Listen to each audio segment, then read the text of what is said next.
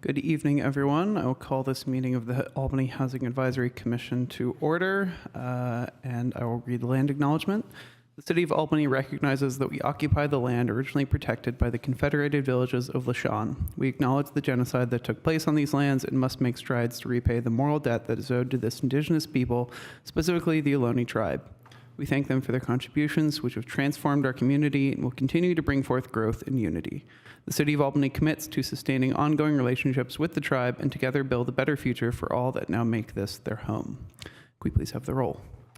Yes, Commissioner Cantu. Present. Commissioner Marks. Here. Commissioner Ramirez. Here. Commissioner Winkler. And Chair Tiedemann. Here. With that, we will move to item 2, which is our approval of the minutes. Are there any questions, corrections, or other comments on the minutes from members of the commission? Seeing none, is there any public comment on the minutes? Seeing none in the room, any online? Nope. We'll look for a motion. I move to approve the minutes. I second. Moved and seconded. Can we please have the roll? Commissioner Cantu. Yes. Commissioner Marks. Yes. Commissioner Ramirez. Yes. Commissioner Winkler. Okay. Is your microphone on? Okay. Now it is, sorry. Okay. So yes, that was a yes from Commissioner Winkler and Chair Tiedemann. Yes. Great. Thank you. With that, move to announcements. Are there any staff announcements? Yes, we moved to announcements to the beginning, and first of all, welcome back from the break, and thank you for joining us this evening. I know you guys are busy with other things. I would like to introduce Dina Tassini, who is our new Community Development Director. So she has stayed late to say hello, and so that you can be introduced to her, and has also other obligations this evening. So, but yes, so feel free to reach out to her with any, say hi, any questions or anything else.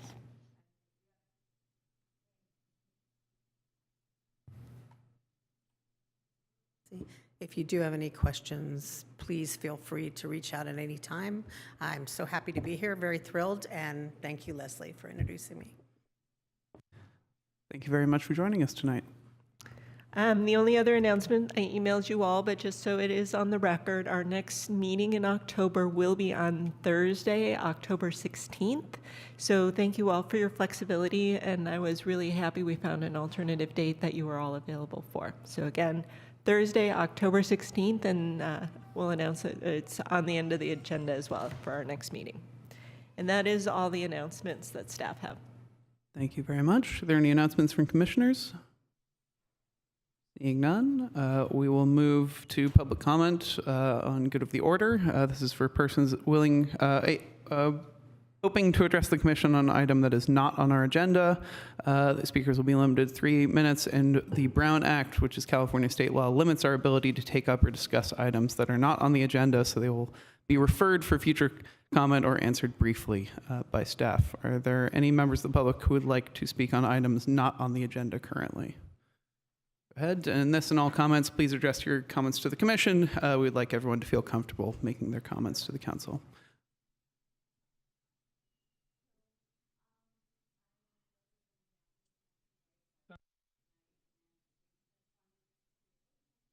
We wanted to make an offer to provide community education at the Solano Stroll. Approximately 100,000 people pass by our booth. And we would like to have a banner that says, Albany tenant, ? Know your rights. And we would like to provide educational material. Possibly Leslie would like to, give us that material to give to tenants. If not, we're happy to look up, code and get all the information that is applicable to Albany tenants. Both state law and Albany code. So that's what we would like to offer. We also will have a consultant available, somebody that does this, as Leslie does, sort of 24/7, takes all calls, can immediately answer any questions that a tenant may have. So that's our offer to you. Thank you for your comment. Any other public comment in the room on items not on the agenda? Go ahead. Hi, Francesco Papalia.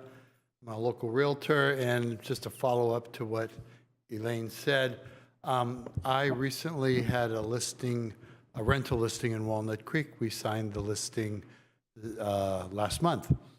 And I was surprised to see how much in the lease that I used, that was the standard California Association of Realtors lease, that basically the tenants didn't know about and didn't understand very clearly.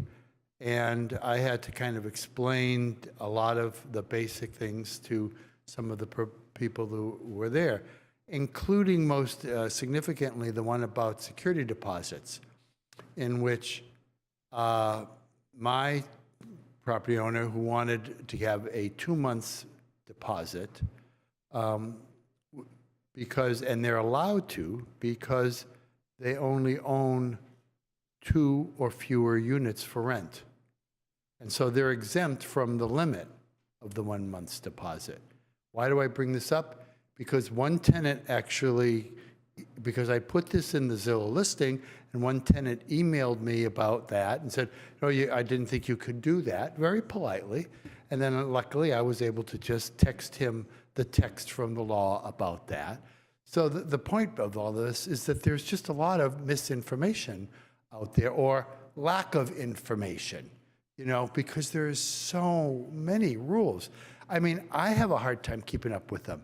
As a matter of fact, there's one regulation in there about this property being exempt from rent control, which I was told that if I failed to check the box for my client that says that this property is exempt from rent control because it falls under the category that it's owned by a real person, not a corporation, and they own 2 or fewer units, that they could lose that exemption for the life of that tenant.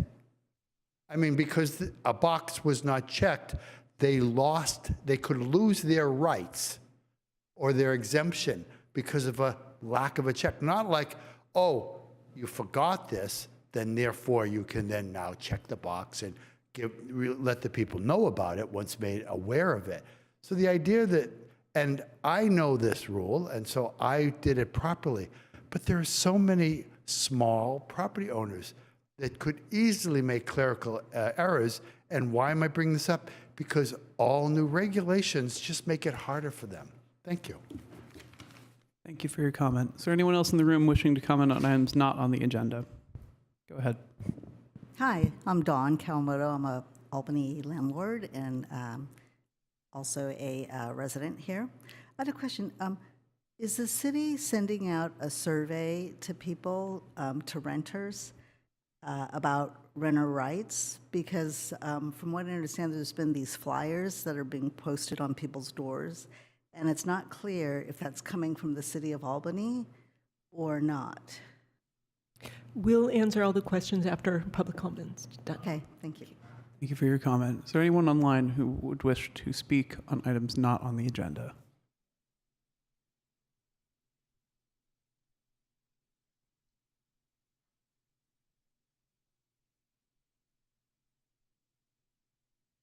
Good evening. I have a different comment. Waste management requires a separation of recyclable materials into specific categories and prohibits the contamination of recyclables. Now, this is a good thing for the preservation of our planet. If contaminated material is found by waste management, the account holder, usually the property owner, is fined. Tenants are not billed separately for the trash and recycle services.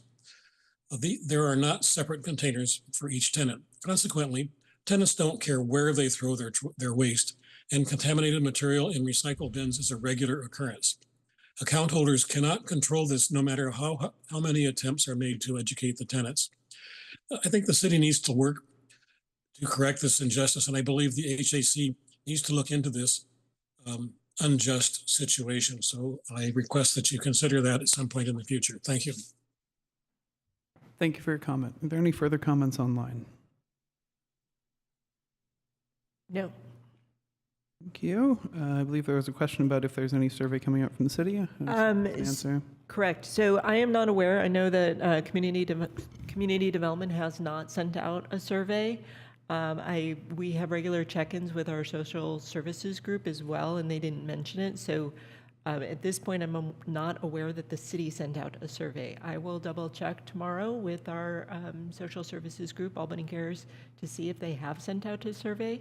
If you do have a copy of the survey and/or if you want to follow up, if you can email me directly, that would be wonderful. And my email is lmendez, M-E-N-D-E-Z, @albanyca.org.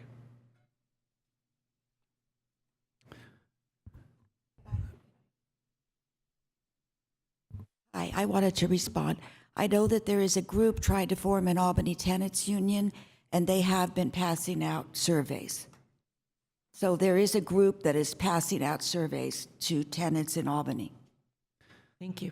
Thank you for that clarification, Commissioner. With that, we will move on to, we have no presentations, so we move on to item 6.1, which is our main item for the night about our framework of protection policy options to recommend to council. And I will throw it over to staff for their presentation. Can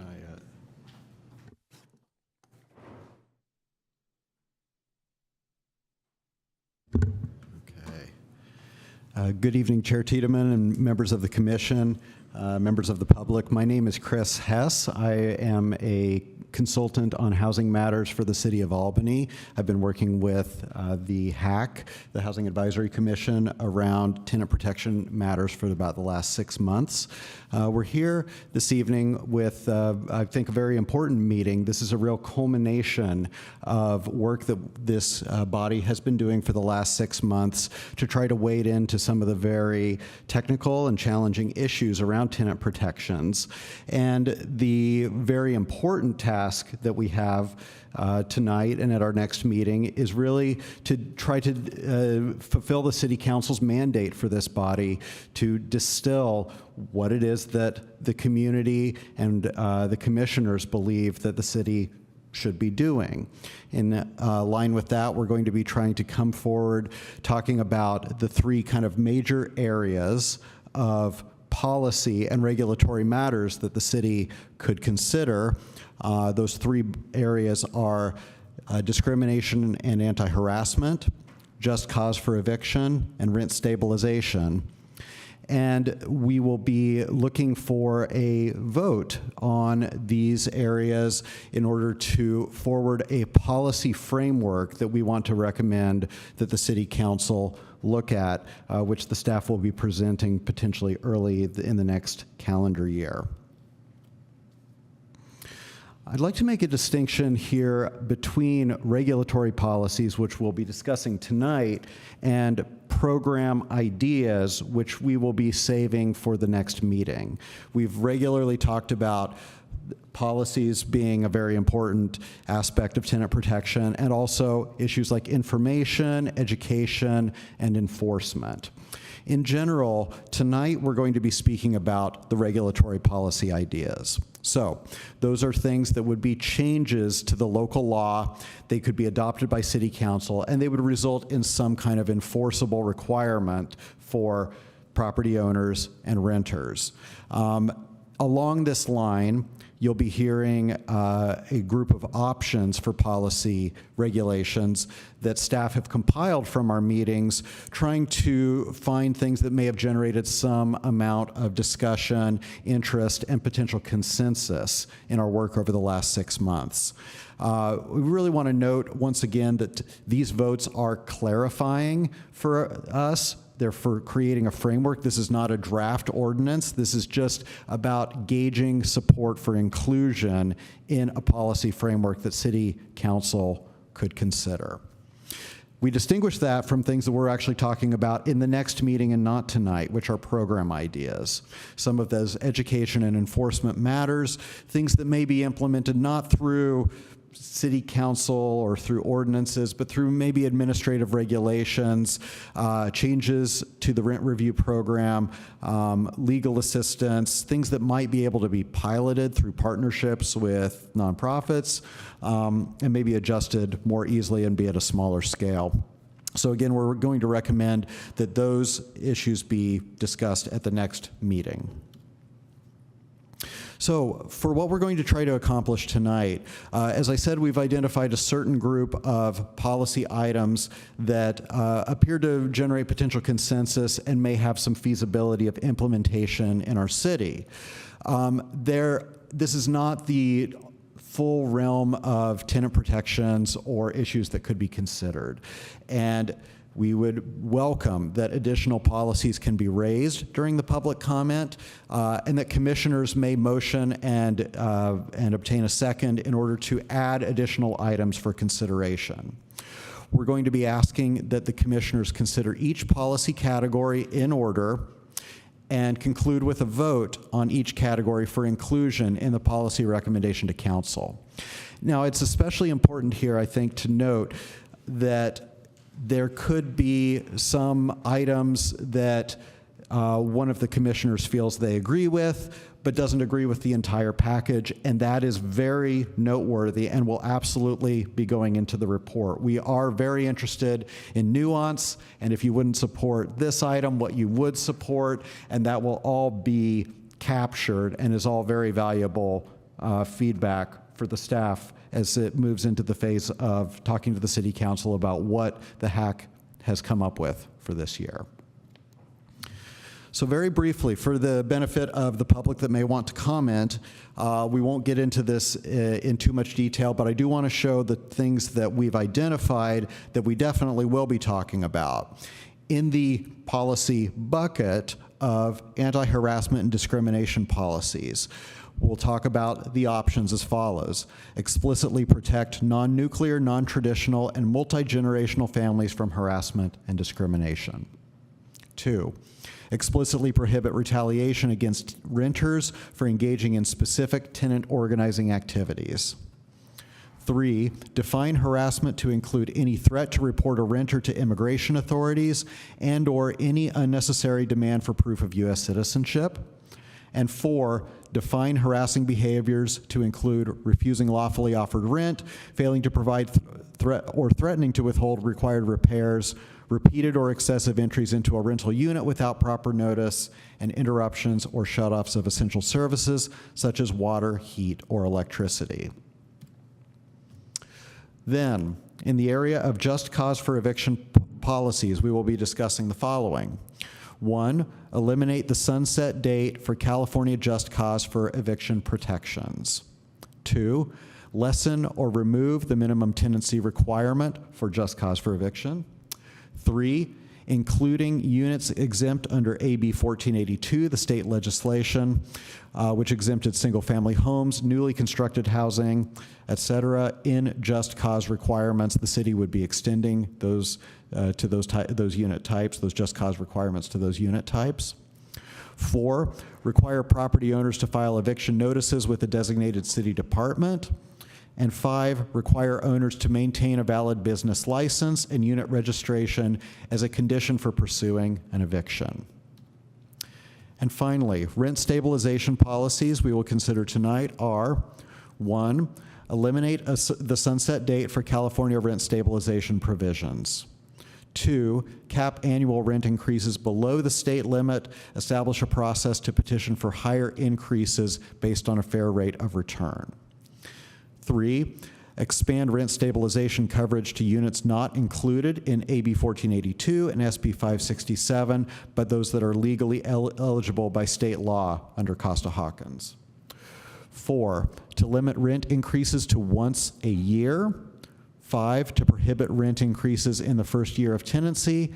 And 6, to invalidate any rent increase on the property that is not licensed and registered. So that concludes this part, and appreciate everyone being here tonight, and I believe we'll move on to comment. Oh, thank you, Leslie. I wanted to mention next steps. Thank you. So after this meeting, on the October 16th meeting, we'll be identifying the programmatic recommendations that are related to the education and outreach, rent review program, rent registry, and legal assistance. The November fifth HAC meeting is a meeting to reserve for any carryover or continued discussion that is left over from this and the October 16 meeting. And then we estimate January or February of 2026 that we would be bringing the results of this year's work by the HAC to the City Council for more direction on potential development of an ordinance, programmatic initiatives, enhanced enforcement, or other strategies. And with that, I'll conclude. Thank you very much. Thank you very much for that presentation. With that, we will move to questions from commissioners. Does anyone want to start us off with any questions? After this, we'll move to public comment and then to discussion on the report. Any questions? Seeing none, we will move to public comment. We'll start in the room. If anyone would like to comment on this item, please line up, come forward. Please go ahead. Excuse me, before I start, my timer goes, can you bring up the one of the policies? I forget which one it was. One of the first ones about terms of leases and things like that. You know, back.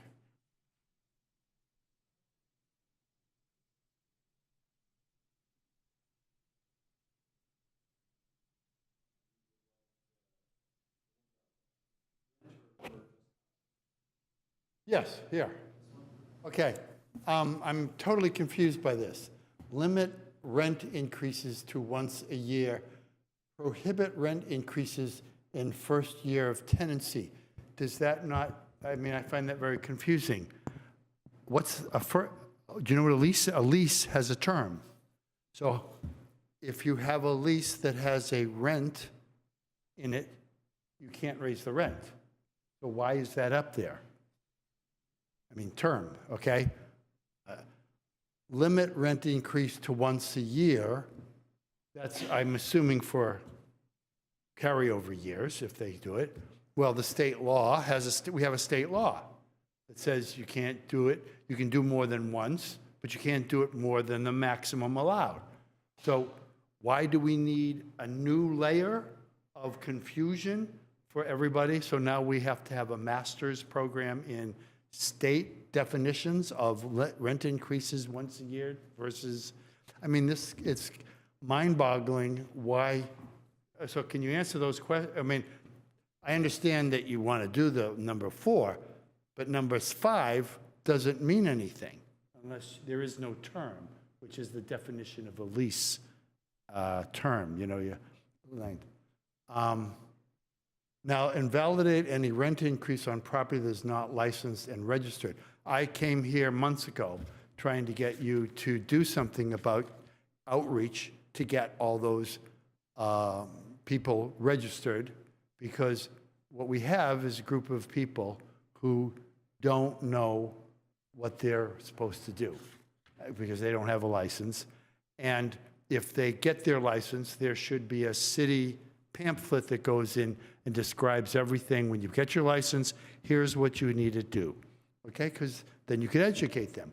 But while we're educating all of the landlords about what the rules are, it seems to me that we might need an education system for registering tenants to make sure that they know what they're supposed to do, not just their rights, but their responsibilities. Please emphasize with rights come responsibilities. Like what Peter Campbell said, you're supposed to separate the garbage. That's your responsibility. And if you don't do that, maybe you should lose one of your rights to limiting rent increases. I mean, if you're going to limit the owner's rights because they don't follow the rules, well, then maybe you should limit the tenant's rights if they don't follow their responsibilities. Thank you. Thank you for your comment.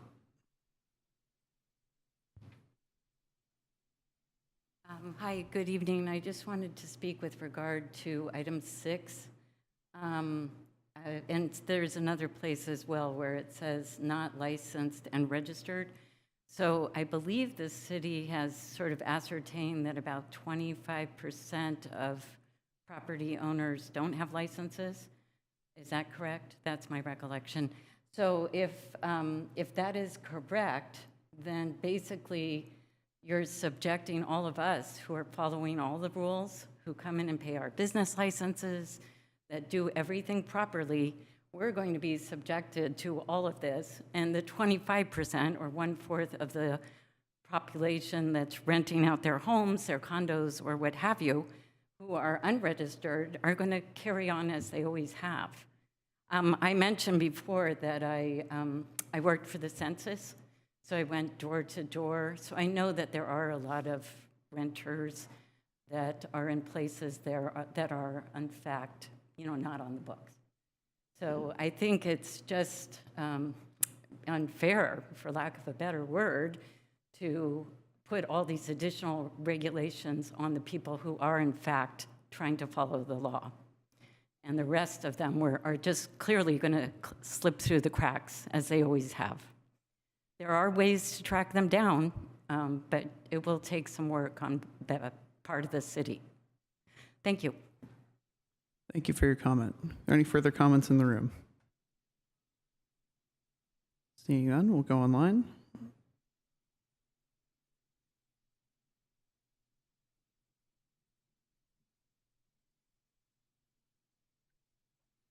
Good evening again. Since I only have three minutes, I have organized my comments in the form of bullet points, so follow along in the staff report if you need to. Regarding the anti-harassment and discrimination protections, what does this mean? Is there a history of this type of discrimination in Albany? Why would anybody care how someone else lives? And why would they want to evict somebody in this so-called category if they are otherwise desirable tenants? If they are so bigoted, no law will protect anyone in this category. 2, 3, and 4, all these items are covered by current law. If you try to overregulate, items will ultimately be missed. Let the current laws do their job. Regarding just cause, number 1, this should be done at the state level, not locally. Number 2, why? Why have this? Is this a problem? Number 3, again, why is this a problem that we are facing here in Albany? 4 and 5, I don't have any problem with these, but as Francesco indicated, they're kind of moot points because the lease covers them anyway. But how are you going to know who is in compliance? Also, if I'm not mistaken, number 5 is already a requirement for renting a property.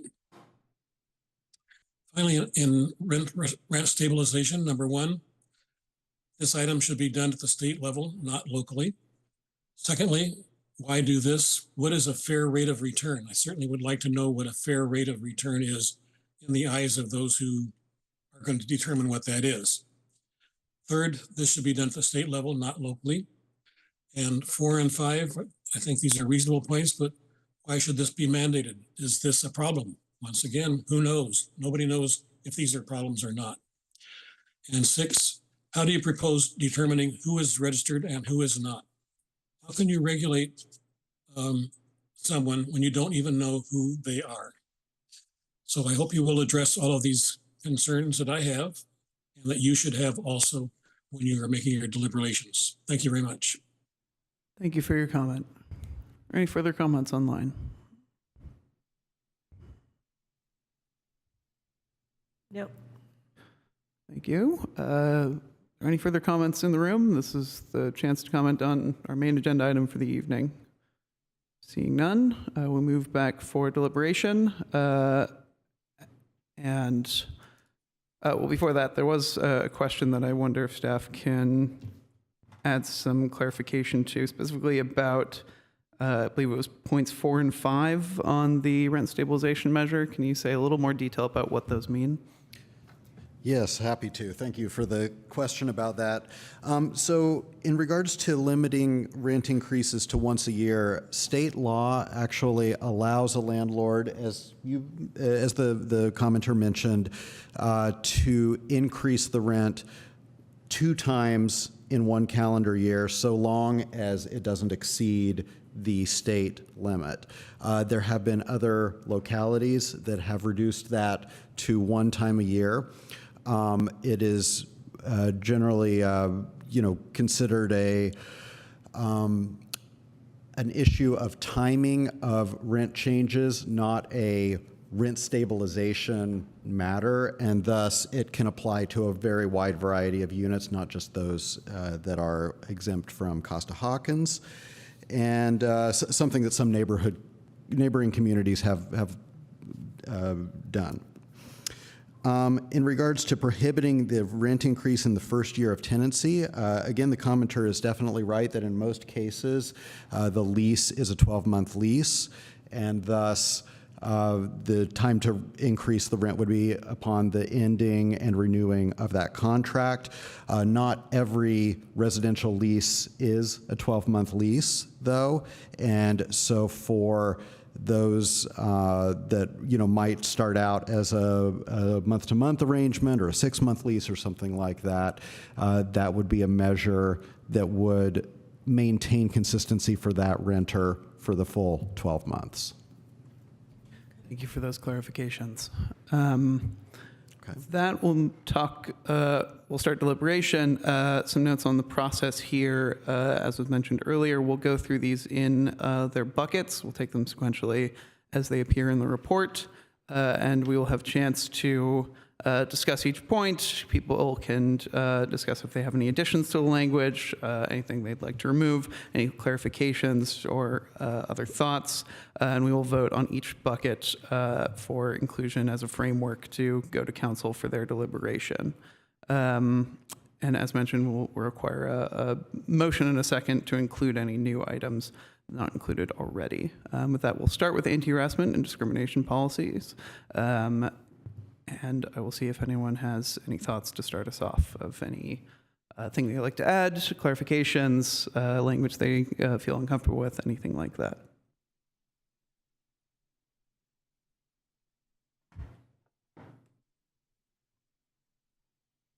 Go ahead. Well, I would like to, under this particular one, I would like to add to prohibit discrimination for Section 8 or housing voucher people. I know there is a state law, but I have heard that landlords in Albany have denied people. They haven't said it's because you have Section 8. They use some other reason. They don't say that. They just use another reason, and I would like to. So I would like the city to have that also. And maybe this is not the right place for this, so please let me know. There has to be some kind of penalties. I mean, it says that, if the landlord violates these things, there has to be a penalty.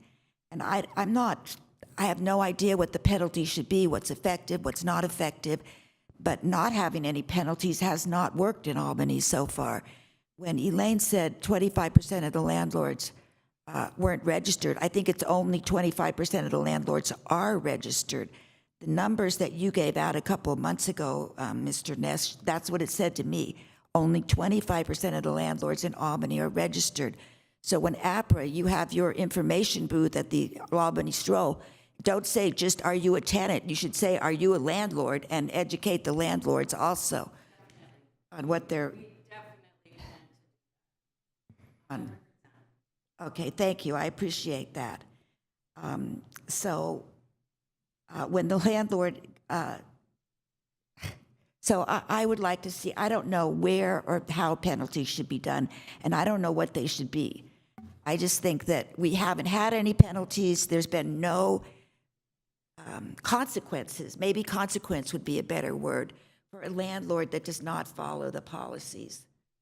I would like to see that, and maybe it should be written in here or written in other places. But, and I agree also that with rights come responsibilities, and the tenants also have responsibilities.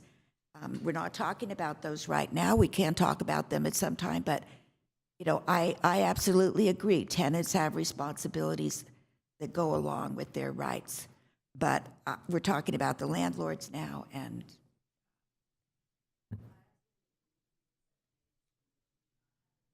Excuse me, this is the time for deliberation. The public comment is closed. Thank you. Thank you, Commissioner Marks. To clarify, those are additions. Are you comfortable with 1, 2, 3, and 4 as they're written right now? yes. Thank you. It's useful to get that confirmation from everybody. Other thoughts or additions? Anything? I'm going to vote no, most likely down the line on all of them. I don't see a crisis in Albany. I don't see hundreds of tenants coming to any of these meetings complaining about the landlords. I don't see the need for all of this extra regulation. Francesco was talking about a lease he just did, and if you saw how thick it was and how many pages and everything you had to go through with signing a lease, it's overwhelming, and people can't handle all that regulation. And you're just piling more on. You'll lose units. People will sell units. They'll stop renting. They'll rent just to family. Then you guys will come up with the vacant property tax to try to force them to rent them, like Berkeley and Oakland has. I just think you're growing a hydra where there is no injury. I've been coming to the meetings. I missed one. I think I've heard 4 tenants talk. It's not like there's a crisis here. So I'm not in favor of any of these. And if you want me to talk about rent stabilization and support for that, if you include means testing, you would get my support for that. But without means testing, I'm not going to vote for rent stabilization either. So I guess that comment can last for the next 4. Okay. Thank you. Other members?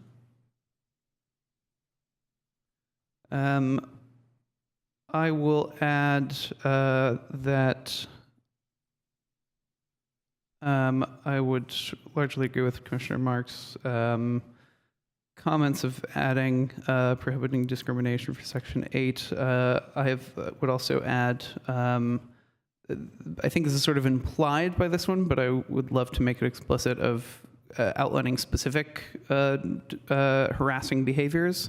Something from the best practices of the ordinances that lots of other communities are talking about, and the model ordinance that MTC has drafted for use by local jurisdictions.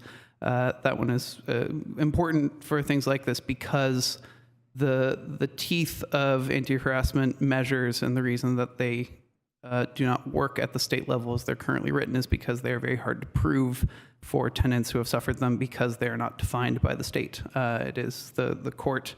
This is decided in the court. That is where the penalties come into play. And if the behaviors are not defined, then it can be very difficult for a tenant to say, I have suffered this harassment that I'm protected from.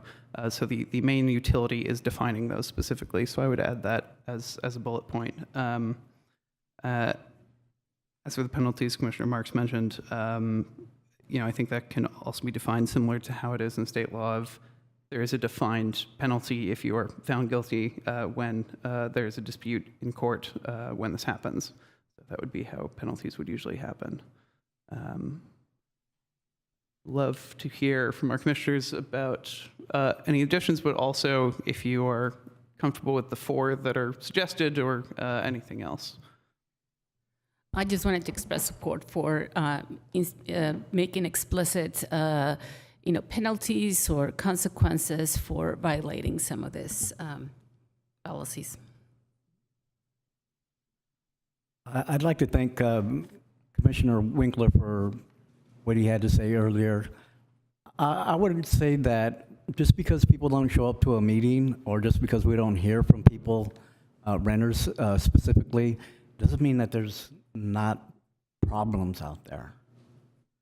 I've been renting here for over 20 years. I just recently moved with my son, who is a brand new renter, and just having a conversation with him, he really felt like anything that the owner wanted was his right to do. And this is my own son who I've tried to educate, he still feels that way. In terms of taking people's rights away, and I appreciate you, Francesco, coming to all these meetings. When you talk about taking renters' rights away because they didn't separate their trash, well, what about our just residents who don't do the same thing? How are we going to go over there and take their rights away? Right away, I have an owner who's very quick to say, let's take their rights away because I understand that. I understand that, but when you talk about taking renters' rights away, you yourself know that there are plenty of people out there who don't separate the trash the way they're supposed to. So it's not just a renter issue. No, agreed, but the difference is if the renter does it, the landlord pays the penalty. When somebody is in their own home and they don't separate it, they pay it. They take that risk themselves. They're deciding not to sort it, and they will accept the fine from the garbage company. Yeah, but when you start taking rights away, I mean, we live in a country right now where many people our rights are being jeopardized and taken away.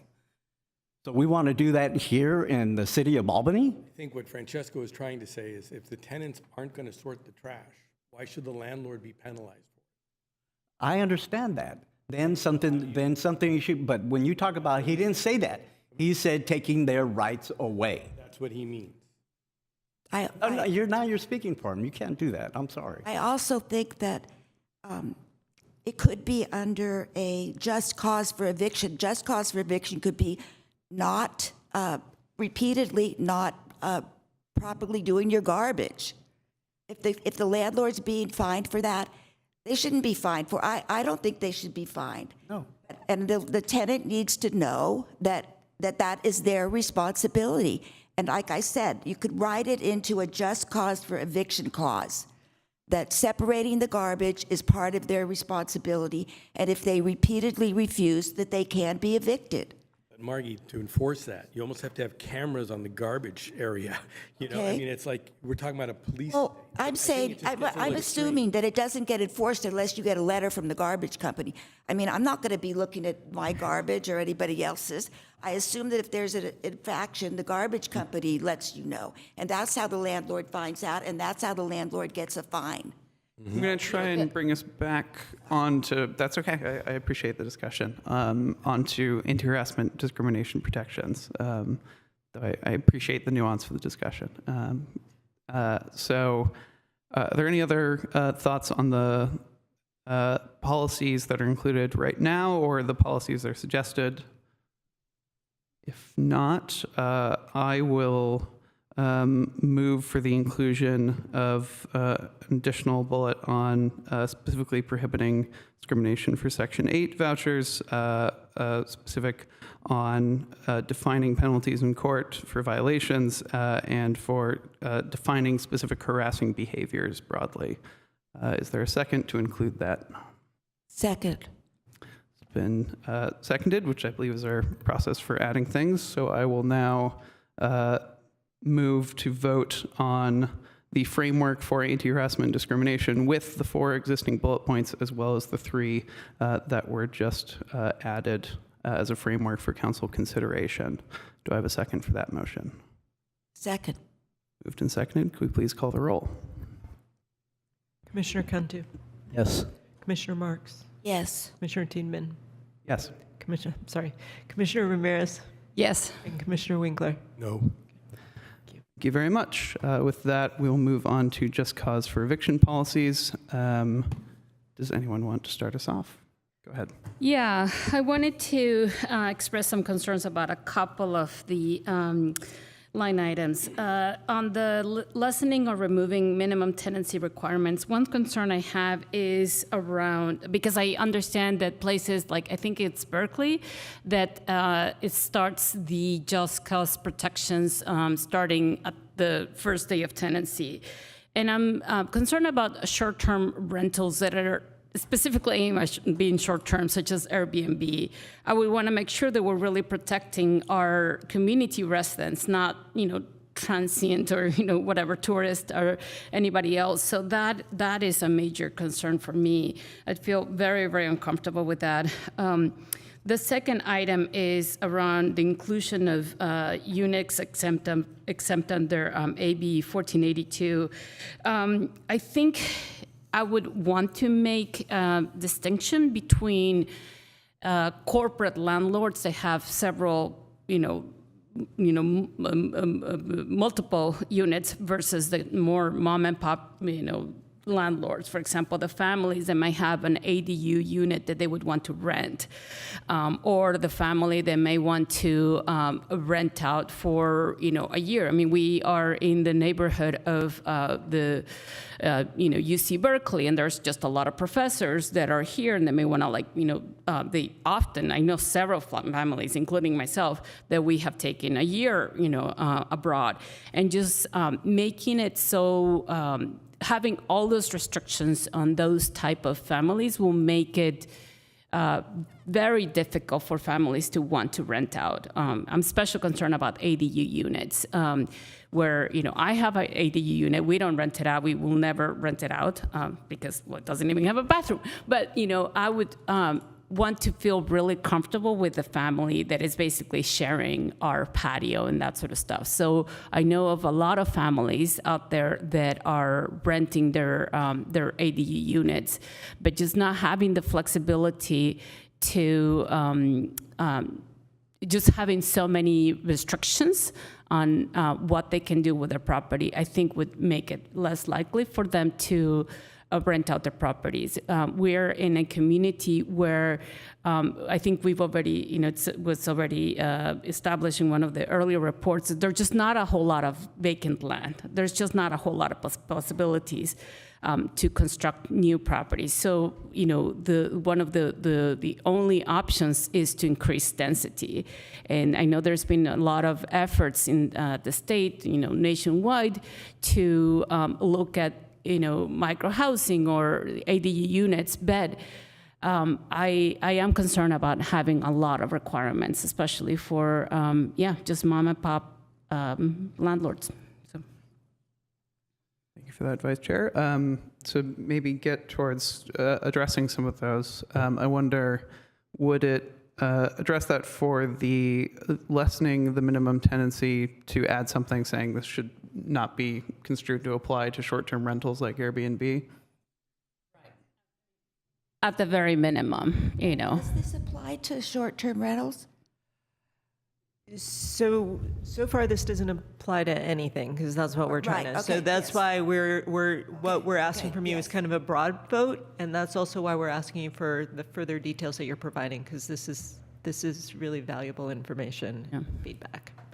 So, and I then think- ultimately, yes, we're recording it, and if we move forward, we need to address that. So thank you for bringing that up. So this is exactly what we're hoping to get tonight. So. Yes, and as mentioned, this sort of nuance is what staff will be adding to under each of these, and that doesn't require a motion and second just for adding new items. And similar for the applying to more units exempt, would adding additional language saying that the exact nature of this applying to ADUs should be looked into, or they should possibly be exempted. Address what you're thinking. Yes, I think something like that, and having some type of, I don't know if caveat, although I would feel just a lot more comfortable so that it's not just so complicated. Because, for example, would a converted garage be considered an ADU? So I think you can get into just, this is where, yes, like over-regulation, it could make it so incredibly complicated. So I would just feel a lot more comfortable if, I was trying to look this up. I think in some places there's tiers of different landlord types. The exceptions for small landlords who might have just, their own home as well as one additional unit, which would encompass, converted garage, a duplex, that sort of stuff, versus, the corporate landlords. I know that there is nuances in between, but at the very least, I would feel more comfortable with something like that. Thank you for that additional clarification. And just to make sure, you are okay with the other bullet points under this heading? Yes, I am. Bullet point number 1, 4, and 5, yes. Great. Other comments from commission members? Mr. Marks? I think ADUs should be included. But I also agree with you. If it's just a landlord that has an ADU unit, maybe they should be excluded.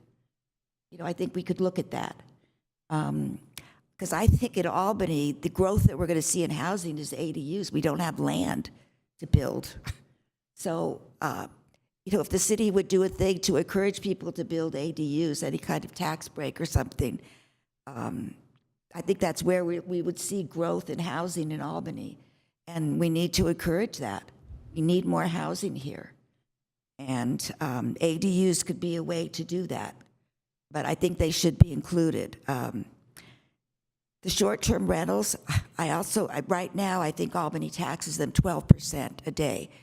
Other cities tax them 15%, and I think we should do that and use the extra money for housing.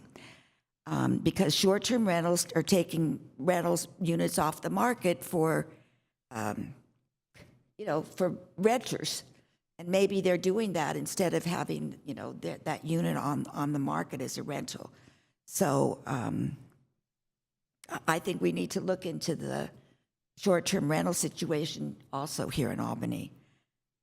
But I agree with the 4 points I think it's 5 points that are here. Thank you. Thank you. Other comments? Go ahead. So maybe I'm getting ahead of myself, but in terms of the procedure for this, for voting, would we vote, especially because, at least some of us might not feel comfortable with specific line items. Do we have to vote as a block? Because otherwise I'd have to vote no on the whole block as opposed to specific line items. The original plan was to vote as a block. We could take them one by one, or if there's additional nuance you want to make sure we're adding, we can include that as part of it if that would make you comfortable voting for the entirety of it. Okay, we can specify then the additional nuance, although I think the one that's more complicated, it's the one on 3 that I specified around the small landlords versus the more corporate landlords. And that would include the ADU, but it's not just exclusive to, somebody might own a property and have, they may live in their property and have another property that maybe, they inherited from. We have here long-established residents. We bought the house from my mother-in-law. My husband's family has been around living in Albany for many, many, many, many years. So there's families like that basically have lived here, and they might have another property that they may want to eventually pass on to their children. And so I am worried about them limiting their ability to rent it to other people if they fear that they are not going to be able to, for example, let their own children move into the property eventually. Yes, I think we can include staff. I'm assuming you are able to include those comments if we were to go forward with including them. Yes, and I would recommend you either say no, except for, or yes, but, and I think I know, so, if you want to say yes, I know what the buts are, or either way, we have it, so, yeah, I think. I did want to clarify for my notes, though. Were we mainly concerned here about properties where the owner is occupying one unit and perhaps renting out the ADU or the main building and that particular situation? Or was it more about the number of properties that the owner is in possession of? I'm specifically thinking about the family or landlords. They may have just their one property and they want to rent their ADU, or they want to temporarily rent their house for a year. But they may also have, one, or I don't know how many more properties will be considered still, small landlords or mom and pop landlords. Maybe, cap it at 2 or something like that. Thank you for that clarification, Chris. Yes, I was thinking, I think having some nuance here makes sense, though I want us to be clear of, there are situations. I have lived in an ADU that was rented by a landlord who also owned the house and rented that. So it wasn't a case of, them building an ADU and renting it on their property. It was that the entire property was an investment. And I would love for this to definitely apply to things like that, but I can see the sense in being a little more nuanced about if you are, adding an ADU on your one property and don't want to have a bunch of these requirements on that. That's the main thing. I would also want to add one bullet on this one of including increased relocation assistance over that required by state law for no-fault evictions. Currently, and as we discussed in our previous meeting on this, state law requires 1 month of relocation assistance for no fault. So those are just times where the tenant is not being evicted for non-payment or breach of lease. That is when they're being evicted for owner move-in, substantial remodel, taking the unit off the market. So when the landlord is basically making a decision that through no fault of their own, the tenant has to leave. So I would like to see us consider increasing that above the minimum of 1 month that's required by state law. Any further comments or thoughts on this item? I think the 1 month limit is sufficient, personally. I was reading the Berkeley limits, which is at $20,000, and that just blew my mind away.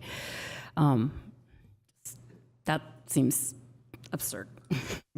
Aaron, I'd like to make a couple of comments. So, when you start with this regulation, start here, and then you have like regulation creep, and it gets worse and worse. In Oakland 10 years ago, if you lived in a duplex or triplex and you rented it out, you were exempt from rent and eviction control because it was your property and you lived next to your tenants. They took that away. Berkeley is actively trying to break the golden duplex, where if it was owner-occupied in 1979, it's exempt from rent control. A lot of senior citizens in Berkeley made specific investment decisions to buy a duplex for income and with the hope of moving kids in as they age in place. If they remove that golden duplex protection, which they've tried to do, and they will try again, that person loses the whole reason they bought the property. It's like changing the rules after you bought into the game. So I worry that you do this stuff, and then you come back in 5 years, Ms. Ramirez, and you find out that there's now ADU rent control. And that can happen because you start this stuff, and it gets worse and worse. It doesn't just stop. If you look at what's happened in Oakland in the last 7-8 years, and Berkeley with the rent control and regulation, it's increased and expanded every year. Very hard for people. Any further comments? Seeing none, I will move to include a bullet point to have discussion of heightened relocation assistance beyond that required by state law. Is there a second? Moved and seconded.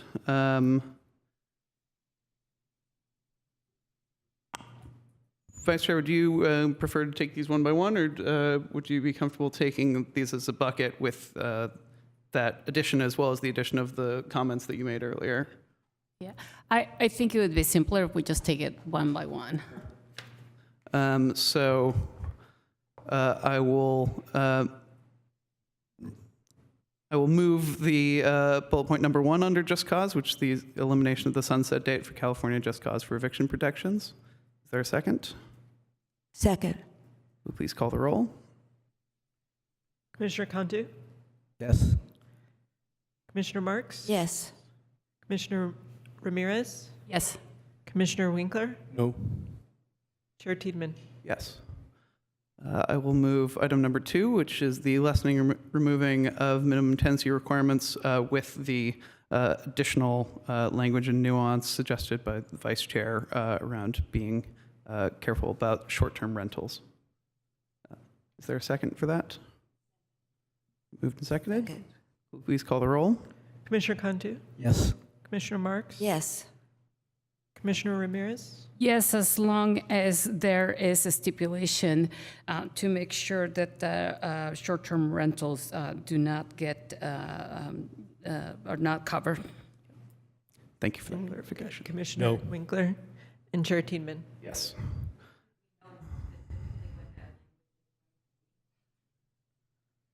Thank you for that clarification. I think we're leaving it with staff to add that exact language, but based on the comments made by the Vice Chair. With that, we'll move to item number 3. I will move that we consider include exemptions, units exempt under AB 1482, with the additional nuance suggested by the Vice Chair around the inclusion or non-inclusion of both corporate or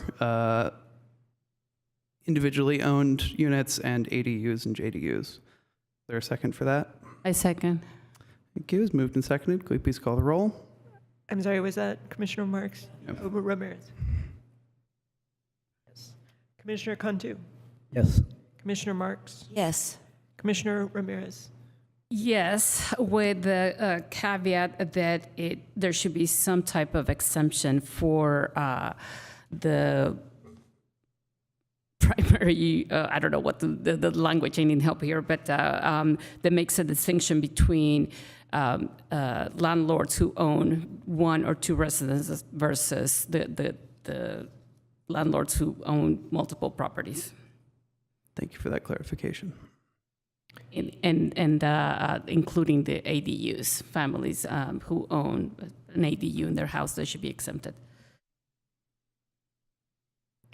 Commissioner Winkler? No. Chair Tiedemann? Yes. We will now move to the fourth item, which is I'll move that we consider requiring property owners to file eviction notices with the designated city department. Is there a second? Second. Will you please call the roll? Commissioner Cantu? Yes. Commissioner Marks? Yes. Commissioner Ramirez? Yes. Commissioner Winkler? No. And Chair Tiedemann? Yes. We'll move to number 5. I will move that we consider requiring owners to maintain a valid business license and unit registration as a condition for pursuing an eviction. Is there a second? Second. Thank you. Can we please call the roll? Commissioner Cantu? Yes. Commissioner Marks? Yes. Commissioner Ramirez? Yes. Commissioner Winkler? Yes. And Chair Tiedemann? Yes. And finally, I'll move that we consider the additional item moved by me and seconded by Commissioner Marks to consider upping the required relocation assistance for no-fault evictions above that required by state law. Is there a second? Second. Moved and seconded. Could we please call the roll? Yes. Commissioner Cantu? Yes. Commissioner Marks? Yes. Commissioner Ramirez? Can you repeat the language? Yes, there would be a new bullet point about considering heightened relocation assistance above the 1 month required by state law for no-fault evictions. No. Commissioner Winkler? No. And Chair Tiedemann? Yes. Thank you very much, and I appreciate everyone's patience with the changing parliamentary procedure of this item, but I think it is very helpful to go through these, and I appreciate Thank you. the flexibility of everyone. With that, we'll move on to the last bucket about rent stabilization policies. Point of order. I'm afraid public comment is closed. But thank you for your earlier comments. You're taking 2 votes and you've only allowed 1 public comment. This is an attempt to stifle public input. Thank you for your comments earlier. As we'd stated earlier, we allowed public comment and had it for the entire item that was before us, and we... You broke it down into, you had 1 item and then you broke it down into 4, and you made us comment on all of them at once, and you're having all these discussions. That's not public input, and I'd ask all of you to allow us to comment on all of these things because you spent 6 months discussing. With that, we will move on to the final bucket of rent stabilization policies. Is there anyone who would like to start us off with comments or suggestions on this bucket? Is that for us, Aaron? Yes, that is for us. So I have no trouble with rent stabilization or rent control if there's means testing, because I believe that rich people shouldn't be allowed to squat in rent-controlled apartments. Rent control is to protect low-income, very low-income people, people that are discriminated against, that don't have opportunity, that they have a place to live. But somebody who's making $200, $250 a year shouldn't be provided rent control protections. They can afford to pay market rent just like everyone else does. Is that a suggestion of an additional bullet point? Okay, thank you. Any other comments? I would partially agree with that comment. I mean, the one concern is that we can't go by the definitions of low income. What is it? I don't know, the AMS, Albany, the average median household income, whatever, all those definitions, because they're so low. And, as we know, the cost of living is so incredibly high. So I would agree to have some type of a means tested, but if they reflected the actual economics of where we live, because, you could earn, $250,000 and, you still need those type of rent protections. So I think it's a really difficult, it would be very difficult to stipulate, what makes sense for, how much money. But I do think that the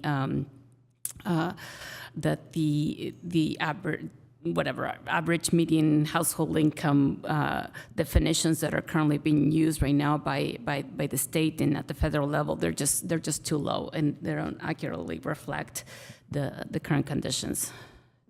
Well, I know that Section 8 and most of the city, state, and county affordable housing or regulated housing has means testing. They all do.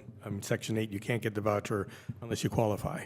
And there's no reason why someone who makes a living should be protected by rent control. They don't move then, and then you don't get any openings of housing in the community. You need housing units, and if you let somebody stay there that can paying $1,500 a month for 30 years, when it could have gone to somebody who really needed it, I think you got to think about that.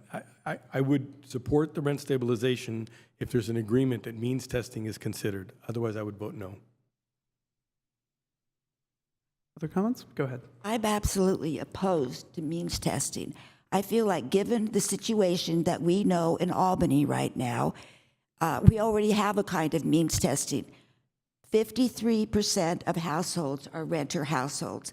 Of those, over 50% are cost burdened, which means it's unsustainable. They're paying more than 30% of their income in housing. And 25% of those are severely cost burdened, which means they're spending 50% of their income on housing. They are, yes. But that's over 50% of the renters already. We know. I think that that the people that are getting these rent-controlled apartments are not that. It's just not that common. I mean, nobody. Well, then they do. 13% of Albany's households meet the HUD definition of extremely low income. So when you do a means testing, it puts in a whole new layer of bureaucracy and. This is what this is. This is all bureaucracy. This is all regulation. So what is the means testing going to be? Who's going to do the means testing? Are you going to do the means testing every year? Who's going to pay for the means testing? I'm just absolutely opposed to it. I think the statistics in Albany show that means test, we don't need it because we already know what the situation is for renters in Albany. So we want rich people to occupy rent-controlled apartments so they can't. Of course we don't. That's ridiculous.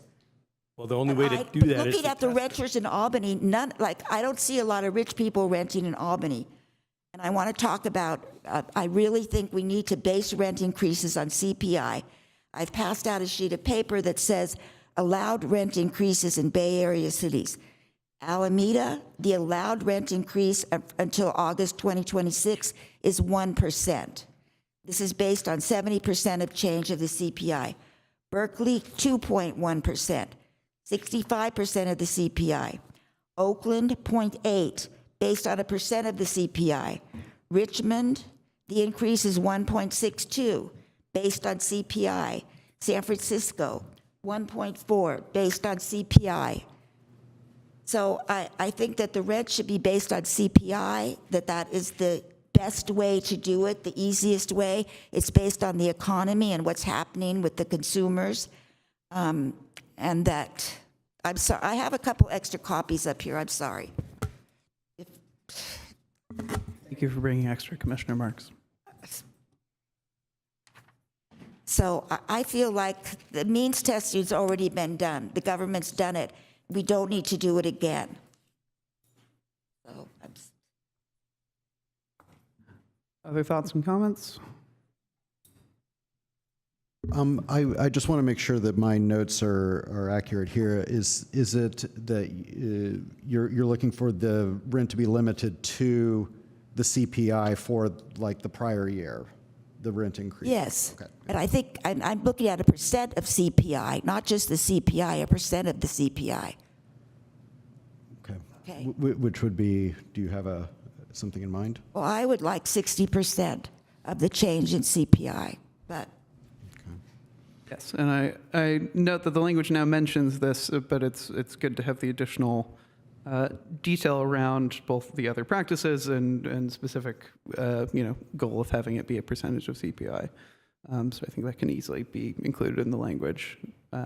The other clarification I wanted to check on means testing, did you have some sort of a line or a definition of what the above and below? I don't have an economic dollar number, but there should be some sort of means testing based on the formula, what the rent is and what their income is. And I think that it's only fair both to the property owner and to the market to allow people to access rent-controlled units. Otherwise, you just end up with people staying there for 30, 40 years, and they're driving a Mercedes. Not right. It's taking somebody else's property for the benefit of another without compensation. That's the biggest issue there. Other comments? Commissioner Cantu? I'm struggling with this from the outset, from months ago. There's a part of me that agrees with Commissioner Winkler. Being a renter myself, I really feel like there are those people who make very good money who are being protected to a certain degree. Like I said, I'm struggling because how do we go about it? And at this moment, of course, we're not going to come up with that, but it's just another. I'm sorry. I just, like I said, I'm just struggling with it. There's a part of me that says yes. There's a part of me that says no. I have a question. Is it possible to have this discussion, this line item, I guess number 2? You said that there could be some that could be tabled for the future. And I'm just wondering if there could be a bit more research. I don't know if that's putting a burden on the staff, but I'm just wondering, just because of, I just feel like Right. So there isn't a consensus, maybe. I agree. I hear you. And what we're moving forward with is really what we're hearing today. So it's not consensus. There's a lot of struggle, and this is exactly what we're going to kind of summarize and present to council, because this is a very polarizing issue, and that's what I think they already understand, but it's good to hear it from the commission itself. So I would say the answer to your actual question is no. This is what we are trying to get and what we will be presenting to council.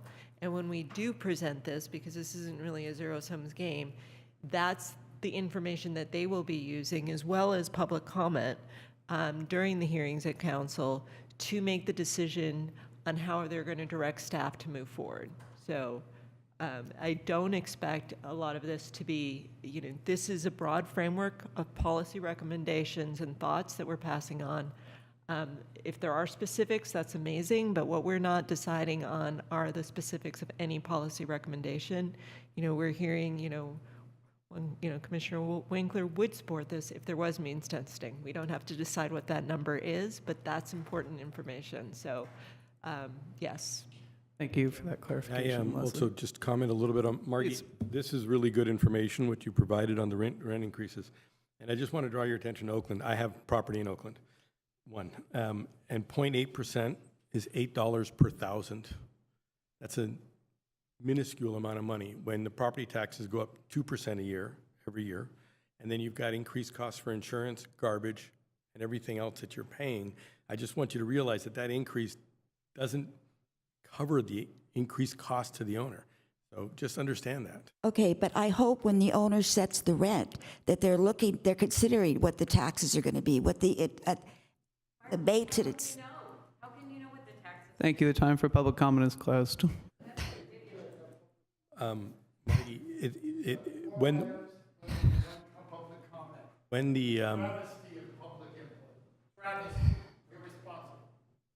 When the owner sets the, let me give you an example. I'll give you a real life example. Okay. I have a 9-unit building in Richmond. We're struggling to rent 1 unit, right? And the rent's on the market at $21.95. I'm offering 1 month's free rent to try to entice someone to take it. No takers. So my team says, let's lower the rent to $2,000. And I said, at 0.8% a year, it'll take 10 years for me to get back to $200. I can't lower the rent. So it sits empty because I can't start at a lower basis. So I understand what this is, but I'm telling you that from practical experience in my life, this doesn't help. It doesn't, we can't get enough to keep it going.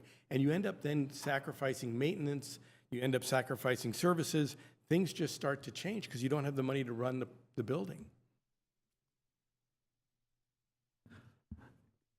I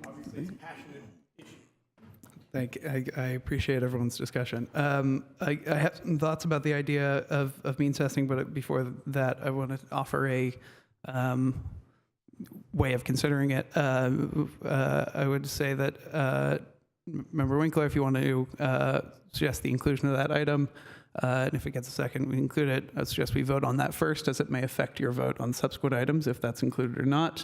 But even if that's not included, I would say that, as staff has noted, that the discussion, that has been a topic of discussion and something we didn't quite get consensus on, but was something that was an item of interest, would be included in some way, not as necessarily one of the bullet points, but as something included as this was an item of discussion of the committee and something that was in there, even if it doesn't end up fully I'd passing. sort of like to see it as part of that rent stabilization slide, sort of like the other amendments that were made.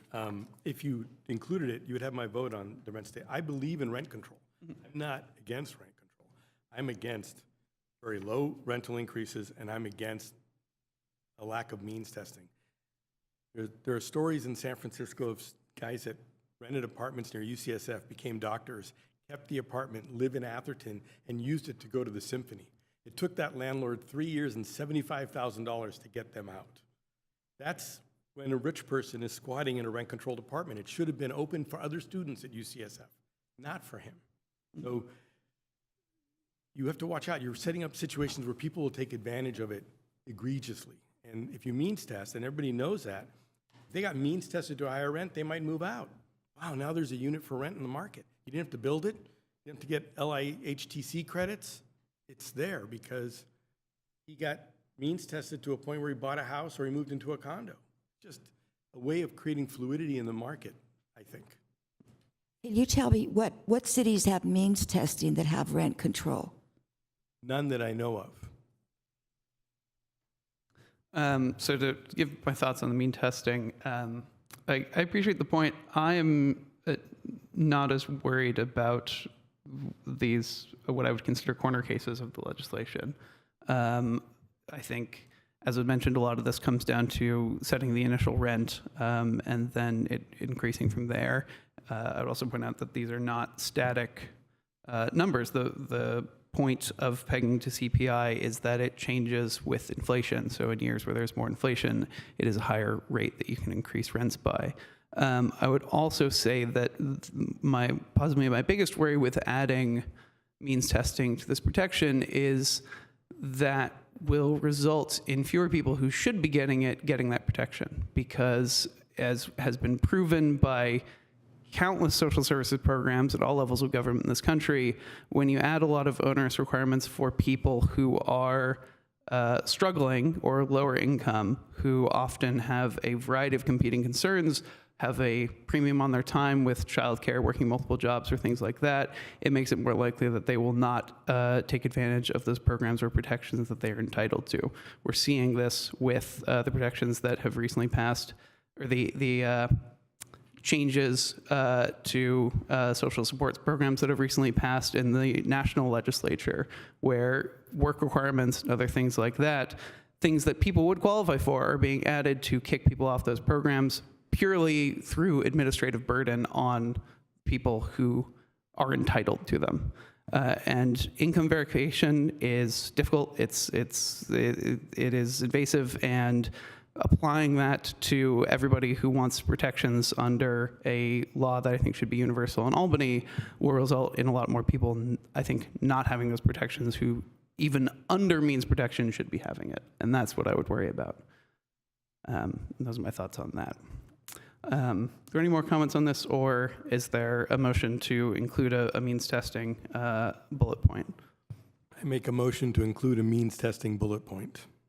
Is there a second?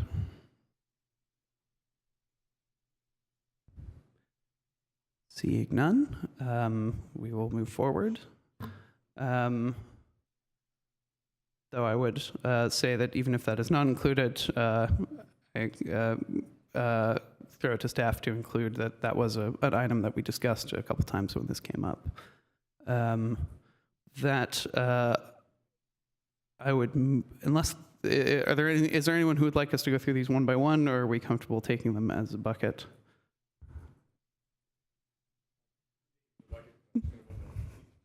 That is what I figured, but thank you for the clarification. Then I would move the rent stabilization policies package with the bullet points included already and the nuance added by this discussion. Is there a second? Second. Motion and a second. Can we please call the roll? Commissioner Cantu, Yes. Commissioner Marks, Yes. Commissioner Ramirez, Yes. Commissioner Winkler, No. and Commissioner Chair Tiedemann. Yes. Thank you very much. Staff, I believe that gets everything you were after, hopefully, today. We appreciate all your work on this, and we will look forward to going through a similar process with our next item on some of the programmatic elements. So I appreciate everyone's patience with dealing with the unique procedural elements of this and dealing with the splitting it up into the policy options and then the programmatic elements next time. We already did announcements, so that leads us to our last item, which is adjournment. As was mentioned earlier, our next meeting will not be at a regular time. It will be on October 16th at 7 p.m. I appreciate all of our commissioners' flexibility with finding a new date, as was required, and we are adjourned until then. Thank you all for your patience and good discussion this evening, and thank you to staff.